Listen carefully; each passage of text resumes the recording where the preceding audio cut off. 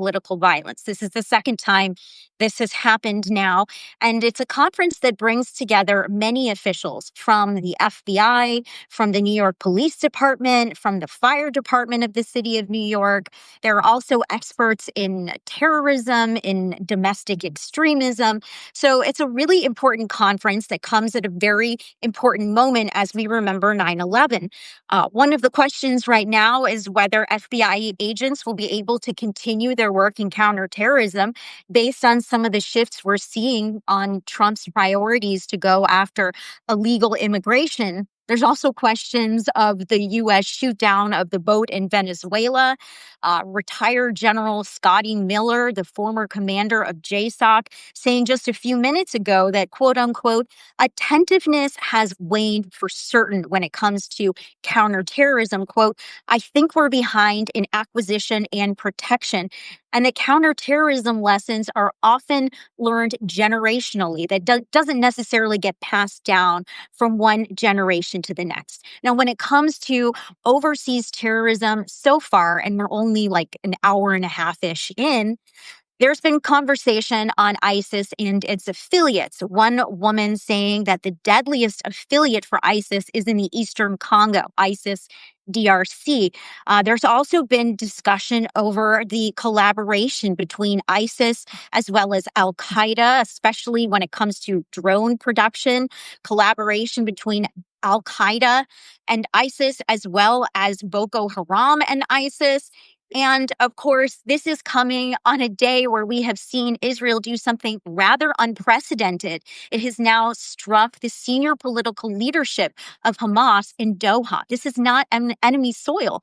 Remember that this is a country, Qatar, that does deals and negotiations with everybody, and it has been involved in these hostage negotiations. So I pulled over my friend Javed Ali. He's going to come on screen too. Javed is a former senior counterterrorism official for the government. He flew in, I don't know, a few minutes ago, but I wanted to ask him about this situation that we're seeing in Doha, where it's being reported that several senior members of the political leadership have been killed, with a joint statement from the Prime Minister Benjamin Netanyahu and his defense minister reading yesterday following the murderous attacks in Jerusalem and Gaza. Prime Minister Benjamin Netanyahu instructed all security bodies to prepare for the possibility of targeting Hamas leaders. The Prime Minister and Defense Minister believe that the operation was fully justified in view of the fact that this Hamas leadership was the one that initiated and organized the October 7th massacre and has not ceased carrying out murderous actions against the state of Israel and its citizens since then, including taking responsibility for the murder of our citizens in yesterday's attack in Jerusalem. So, Javed, tell me your initial thoughts on this incident. Are we likely to see any kind of diplomatic escalation?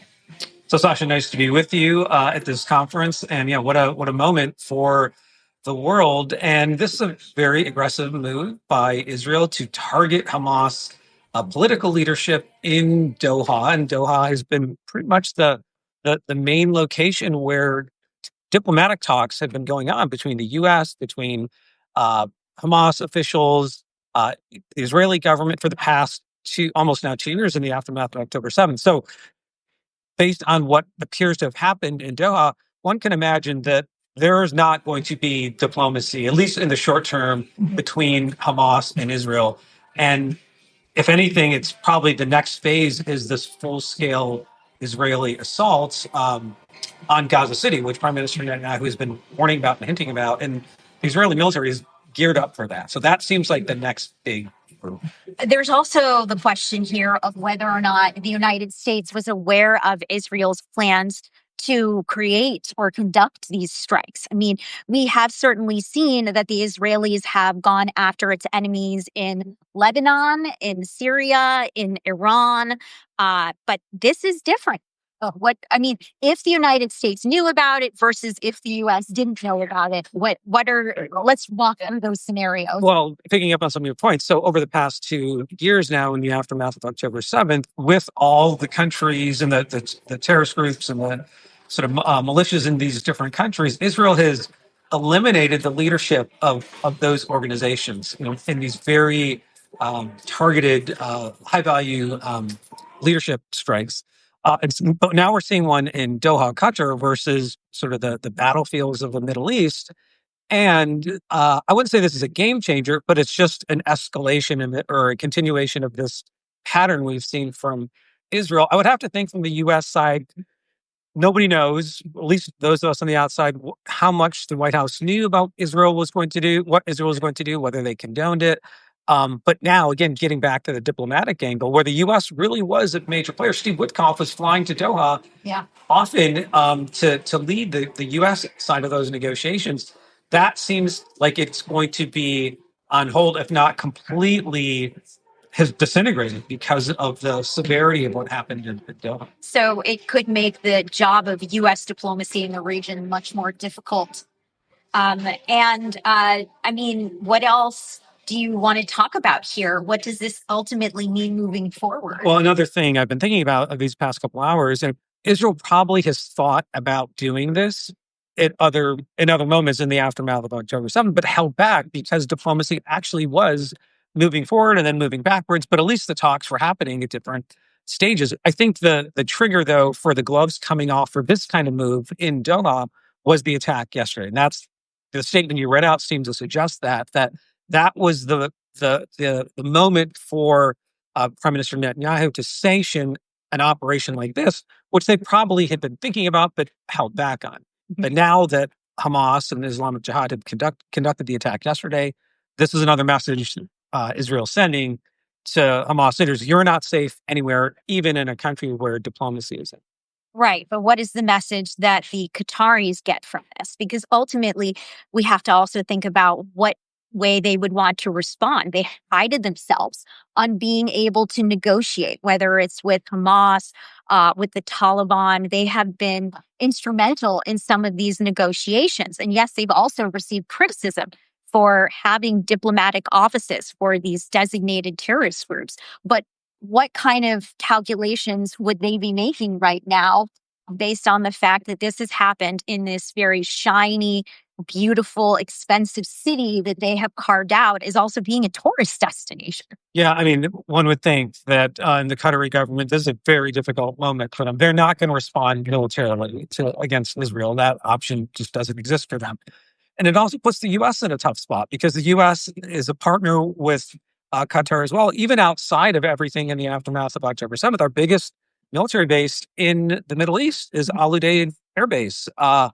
And every U.S. president since President Bush, going back to 9/11, has relied on that relationship with Qatar to maintain that military presence. So I would think the Qatari government is picking up the phone and calling the White House and trying to figure out what can we do in the aftermath of this, or what message will the U.S. send to Israel versus Qatar being able to respond to it. Right. I think it's also interesting to think about what the intelligence implications are of this. What kind of preparation the Israelis took to know where these officials were, their choice of strike, what the Qataris do in their own response to the Israelis could also involve their own intelligence services. And of course, there's always the U.S. piece. Well, this was a military operation because the statements coming out today is that the Israeli military carried out the strikes in Doha. This is not a replay for your viewers or listeners who remember Operation Gideon's Sword going back to the 1970s and 80s when Israel, using the Mossad, carried out this campaign of retaliation against all the members of the Palestinian Black September that was responsible for the Munich Olympics massacre in 1972. That was covert, and Israel was hiding its hand. This is over because the Israeli military has already come out and said, we actually conducted these strikes. So very different kind of operation, but the intelligence packages were probably very well developed. And I would think the Hamas leaders in Qatar are not hiding in bunkers. Right. For the most part, they're out in the open. And so probably wasn't very difficult for Israel very quickly to kind of spin up, put their targeting packages together, and then obviously defeat whatever countermeasures Qatar had to protect its airspace and then launch the strike. Yeah, it makes you wonder what members of Hamas in Turkey are thinking right now because they're also there. And I do want to say that this statement also discusses how it was not just the IDF, it was also Shin Bet, which is Israel's domestic intelligence agency, being involved in this. So that probably means that they were helping sort of identify the locations of the Hamas officials who got targeted, whether they were on the ground in Doha or other parts of the Middle East. But yeah, that's that sort of joint collaboration. So, as a last question to you, Javed Ali, who I literally yanked away from this conference to come and talk to me while the conference is still going on.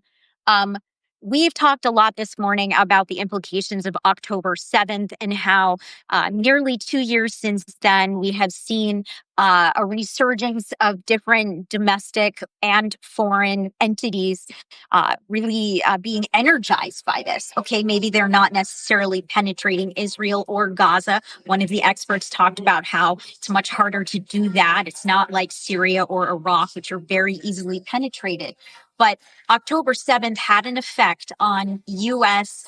policy, diplomacy, geopolitics. What effect does Israel's going after these Hamas officials in Doha do? Does it also essentially reinvigorate an anti-Israel sentiment amongst these jihadists? And will we see more terrorist acts moving forward because of what we're seeing today? Yeah, I mean, that's a great question. My instinct, being a longtime sort of practitioner in the space, is that today's attack will not mobilize large, segments of the jihadist sort of landscape to try to launch operations in the near term. That sort of grievance against Israel is baked into the jihadist DNA. It has been for decades. I don't think today's attack really changes the calculus on that. I think today's attack really damages the prospects for diplomacy to solve the conflict between Israel and Hamas. That to me seems to be the most immediate concern. But the jihadist threat, look, it's been with us for decades, both before 9/11, after 9/11. That's when my hair went gray very quickly when I got into government. That was my follow-up question, just so everyone here knows. But it will be with us for another several decades after. This is an enduring threat to the U.S. and to the world, and it just ebbs and flows in intensity over time. So we're just going to have to continue to watch and see how it develops. Unfortunate to hear that more war and more death will follow from a move today like this. But Javed, thank you so much for coming here and helping me set up. I literally forgot to bring one of my pieces for my tripod, and we have a bunch of packing tape holding up this phone right now. I just want to give people a behind the scenes look at what's happening. But I appreciate you taking the time to share your thoughts and your expertise. If you have any parting comments on this, feel free to share. Otherwise, I'll just get us shut down. Yeah, no, thanks, Sasha, for having me. And another really difficult moment in the Middle East. And we're just going to have to wait and see what the next move is, both from Israel, the U.S., and what remains of Hamas, which, by the day seems to be their leadership pool is getting smaller and smaller. Right. But they always seem to find a way, as these other groups have, whether we're talking about ISIS, or they always find a way to regenerate, and they reform in ways that have continued to challenge us. At least can say that with ISIS, unfortunately. But thank you all for participating in our conversation. If you valued this video, please consider becoming a paid subscriber. And we're going to get back to that conference. So have a good day, you guys, and stay safe.